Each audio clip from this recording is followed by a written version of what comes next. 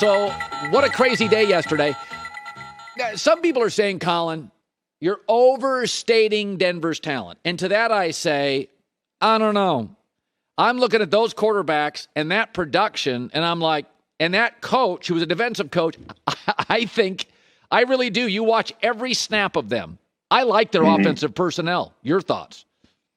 Yeah, I think their offensive personnel, one, is good. It hasn't really matured to the point where you would hope it would mature to. But a lot of that is coaching. A lot of that is play calling. A lot of that is, lack of a quarterback, all those things. I think Cortland Sutton was on his way to stardom before he tore his ACL 2 years ago. Last year had a little bit of an off year as he was rehabbing, coming back from that. He wasn't 100%. But I think he's about to explode. Tim Patrick has been an incredible story just from a perseverance standpoint, work ethic standpoint. I think Jerry Jeudy needs to grow up. He needs to quit dropping balls. But from a talent standpoint, there's no question that he's super talented. I've said this forever. I've never been a Noah Fant fan. I think Albert Okwuegbunam is a better player, and I think he has the potential to be really good, control the middle of the football field. So, yeah, I think they have some weapons. I think they're underutilized, and they have to mature as football players. But I think you're going to get that with a veteran quarterback who's going to demand hard work, and he's going to demand excellence from those guys. So I think it's a great fit in Denver for Russell Wilson. Yeah. Just couldn't be more excited about it. By the way, if you've not seen Javonte Williams, they got him in the second round at the top from Carolina. He is fantastic. He's a kid that could rush for 1,500 yards this year, and you'd go, whoa. He is an that's better than anything Seattle's got. So Russell now has a star running back who, by the way, doesn't cost anything yet. So when Russell's big salary comes in, you're not paying Jeudy yet. You're not paying the tight end yet. You're not paying Javonte Williams yet. The question is Russell's style. Nathaniel Hackett. Talk to me about that. You're talking a veteran guy. What do we know about Nathaniel Hackett? His style of offense, the Aaron offense. Does it fit Russ, in your opinion? Oh, I think it fits perfectly. I think what you look at, just go back to last year toward the end of the season and watch the way Russ played in that offense. Remember that on Mike Shanahan's staff, 2012, 2013, there were three guys on that staff. Kyle Shanahan was the offensive coordinator. Sean McVay was the tight ends coach. And I think that Matt LaFleur was the quarterback coach or whatever.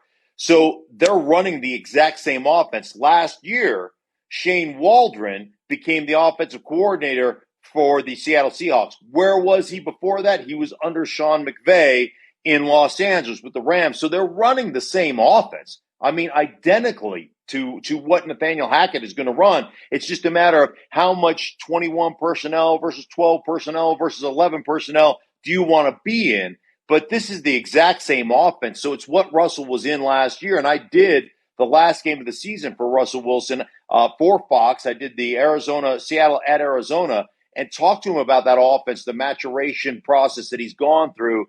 And he couldn't have been more happy about the offense, what he was in, the way they grew together.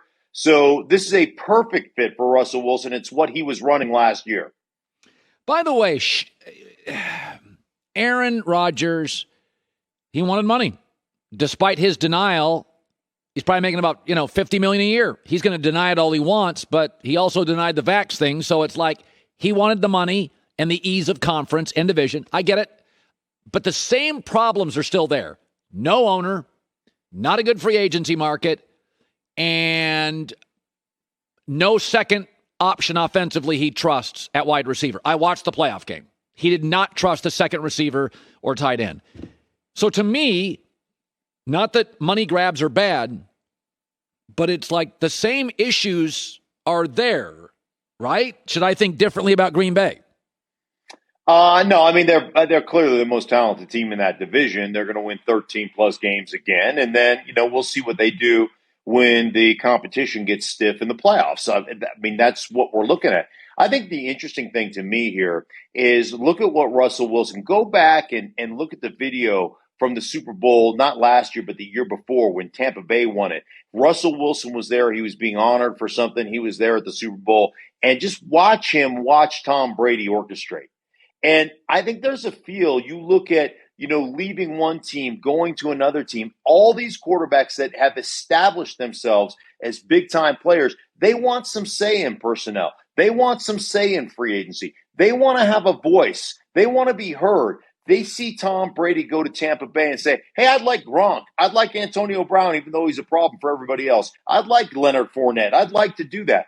And they go, yeah, whatever you need, Tom. And all of a sudden you win a Super Bowl. Now you go to last year, Matthew Stafford comes to the Rams, and they're going out and they're getting, a Von Miller to add to the pass rush. They're going out and getting Odell Beckham Jr., and you're winning a Super Bowl. So I think, it's interesting. When you draft a guy, you don't want to give up that kind of that say. You don't want to grant him the opportunity to have a say in personnel decisions and all that stuff. But when you're bringing a guy in as the savior, you're like, hey, let's open it up. What do you want to do? Who would you like to see us go after in free agency? And I think that appeals to guys like Russell Wilson. I think that appeals to quarterbacks. And ultimately, I think that's one of the reasons he'll be super successful here in Denver come free agency. What would you do if you ran the Seahawks at quarterback? Forget the draft picks. Forget Noah Fant. I mean, obviously, Denver didn't think that highly of him. They let him go. He's a big kid. He drops a lot of footballs. He's really talented. But Denver wouldn't have let him go. They would have given you another draft pick. What does Seattle do at quarterback? Do you roll the dice on Deshaun despite the legal troubles? I think if Deshaun is available, you go after him. I don't know beyond, to me, draft picks, and I've always felt this way. It's not just because of what the Rams did. It was an organizational mantra in Washington under Joe Gibbs. I'll trade away unknown commodities for known commodities. Give me a known commodity, somebody that I know can play, that understands the NFL game, and especially at the quarterback position. So, like, Deshaun would be one of those guys that certainly, if he gets out of his legal troubles, he's still going to have some type of suspension, but he would be a guy that you could build a franchise around if he can overcome all those things. Beyond that, I mean, drafting quarterbacks, it's a roll of the dice. Yeah. Like, it's a 25%, maybe 20 to 25% success rate. And in spite of, the success we've had with the Josh Allens of the world and the Justin Herberts of the world, and the Joe Burrows of the world, you go back the last 10 years and, for every Cam Newton, there's a Blaine Gabbert, a Jake Locker. I mean, what is that guy doing? There's four guys that don't pan out, that don't work. So it's still that's still a roll of dice when it comes to drafting quarterbacks in this league. Yeah, I think I looked it up earlier this year. You average one great quarterback a draft. Maybe it's 1.5. Now, I do think that'll get to about 2 because of the 7-on-7 camps. I mean, quarterback coaching now at the high school level is way more sophisticated. These kids have way more 10,000 throws by the time they're in 10th grade. But you get about one great quarterback a draft. There's the old Elway Marino draft. You get the rare draft, but that's a couple years ago. We had the Darnold and the Baker and the this and the that and Josh Rosen, and none of them were as good as we thought. So, Mark Schlereth, good seeing you as always, buddy. Congrats to the Broncos. Bronco country is good today. Great seeing you. Yes. Yeah, good to see you as well, Colin. And here's to all those primetime games we're going to get here in Denver. Woohoo!